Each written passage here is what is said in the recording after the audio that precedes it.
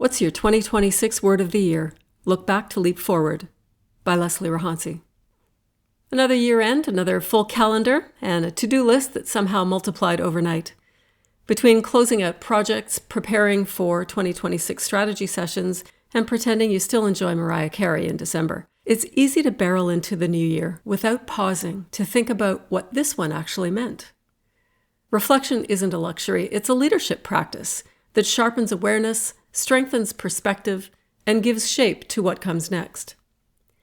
A proper year-end review connects the dots between what happened, why it mattered, and how you want to grow from it. In my work with senior leaders, I've noticed a pattern. The most grounded, effective leaders are the ones who create space to look back before they leap forward. They don't just plan the next year, they design it, informed by what they've learned.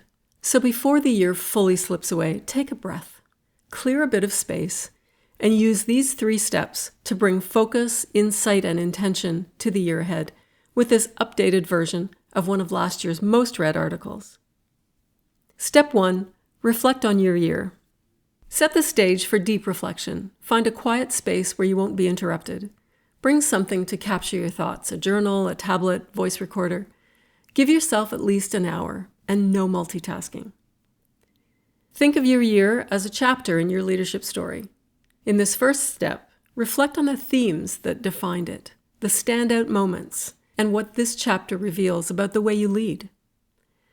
Now broaden your reflection by answering the questions in each of these 4 lenses. Number 1, what worked? Where did you feel most in alignment, energized, creative, effective, or proud? What conditions made that possible? A senior VP client once discovered that her best results came not from working harder, but from delegating smarter. Her success story inspired a new talent development framework for her division. Number 2, what didn't work? This isn't about blame, it's about pattern recognition. What created friction? Which choices drained you or your team? Another client noticed that every January he overloaded himself with projects that didn't really advance his long-term goals. His takeaway: if it isn't essential to my strategy, it's a no. Number 3, what surprised you? Growth often hides in the unexpected. What moments tested or stretched you? What strength surfaced under pressure that you hadn't recognized before? One of my clients told me she was surprised by how well her team handled a crisis while she was away on vacation. It revealed the depth of trust she'd built and helped her see she didn't need to control every detail for things to run smoothly. And number 4, what will you leave behind? Progress requires subtraction as much as addition. What beliefs, habits, or commitments no longer serve you?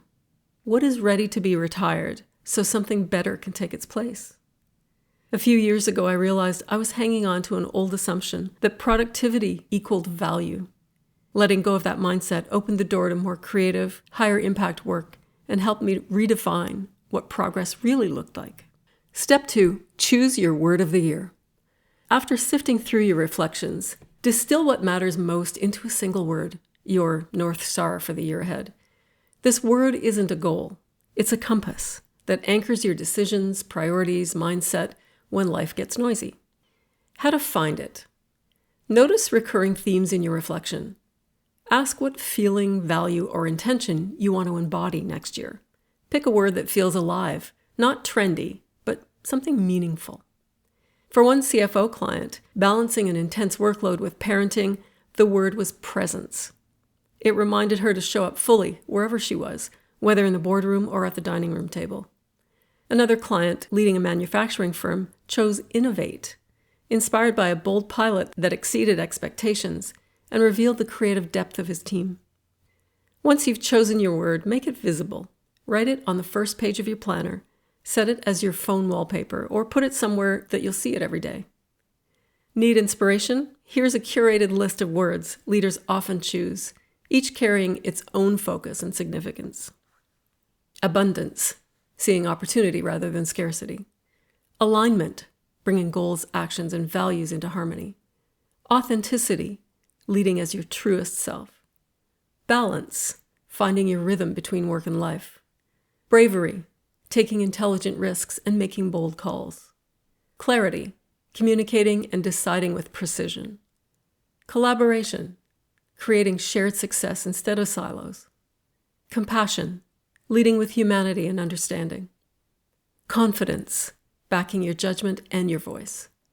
Connection, building trust in relationships that matter. Creativity, thinking differently and experimenting often. Curiosity, staying open, asking questions, and learning relentlessly. Discipline, doing what matters even when it's hard. Focus, protecting your attention from distraction. Freedom, simplifying commitments to create more space. Generosity, giving time, knowledge, or mentorship freely. Gratitude, finding joy and recognition in everyday wins. Growth, stretching beyond comfort zones. Impact, contributing something meaningful and lasting. Integrity, doing what's right, not what's easy. Joy, rediscovering lightness and energy in your work.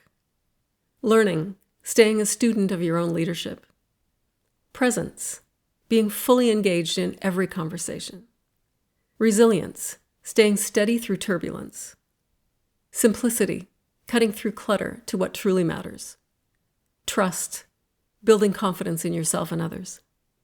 And vision, leading towards something bigger than today. Step 3, turn insight into action. Reflection without movement is just rumination. Here's how to turn insight into traction. 1. Turn lessons into systems. If you noticed overcommitment, build a decision filter.